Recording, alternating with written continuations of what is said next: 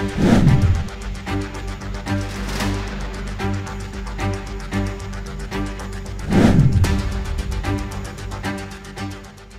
ক্যামেরার এই ফুটেজ রাজধানীর মালিবাগের ফরচুন শপিং মলে সম্পদ জুয়েলার্সে চুরির ঘটনার। সিসি ক্যামেরার ফুটেজে দেখা যায় ৮ অক্টোবর দিবাগত রাত ৩টার দিকে দুজন ব্যক্তি সম্পদ জুয়েলার্সের শাটারের তালা কেটে ভেতরে ঢুকছেন। এ সময় তারা বোরখা পরিহিত অবস্থায় ছিলেন। প্রায় ৩০ মিনিট চেষ্টায় দোকান ভেঙে ভেতরে প্রবেশ করেন এবং 4টা 1 মিনিটে সোনা নিয়ে চলে যান। এ সময় সিসি ক্যামেরা থেকে নিজেদের রক্ষা করারও চেষ্টা করেন তারা।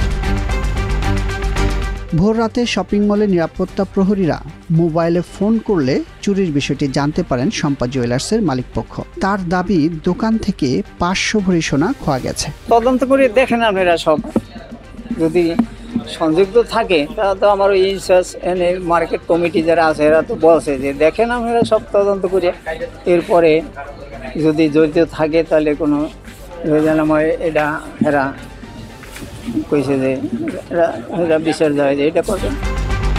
সম্পদ জুয়েলার্সের মালিকের অভিযোগ, মার্কেটে নিরাপত্তার দায়িত্বে থাকা প্রহরীরা এই সোনা চুরির সাথে জড়িত। আমার মনে হয় আমার মার্কেটের দারোয়ানরা এগুলি করছে। দারোয়ানরা জড়িত ছাড়া এই মার্কেটে 2 ঘন্টা পরে একটা দোকানে ডাকাতি করছে। দারোয়ানরা জড়িত ছাড়া সম্ভব। আর এই তালাগুলি ভাঙছে অনেক শব্দ করে। একটা মার্কেটে তালা ভাঙছে, 6টা 7টা তালা ভাঙছে, এত সাউন্ড হচ্ছে, তারা আসেই নাই। তাহলে নিশ্চয়ই তারা জড়িত না থাকলে তো তারা আসতো, তারা অবশ্যই জড়িত। দোকান মালিক সমিতি বলছে ফরচুন শপিং মলের এমন চুরির ঘটনা এবারই প্রথম। মার্কেটের কেউ জড়িত কিনা খতিয়ে দেখা হচ্ছে। আমি ব্যক্তিগতভাবে মনে করি যে এটা আমাদের সিকিউরিটির কোনো দুর্বলতা ছিল না।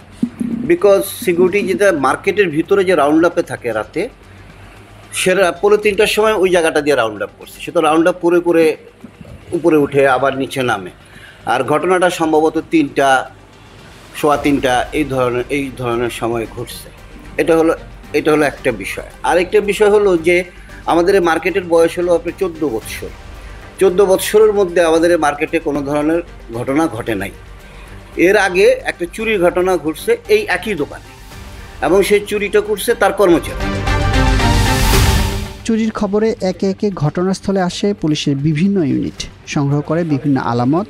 চুরির ঘটনা নিয়ে রমনা বিভাগের ডিসি জানান, সিসি ক্যামেরার ফুটেজ পর্যালোচনা করে অপরাধীদের শনাক্তের চেষ্টা চলছে।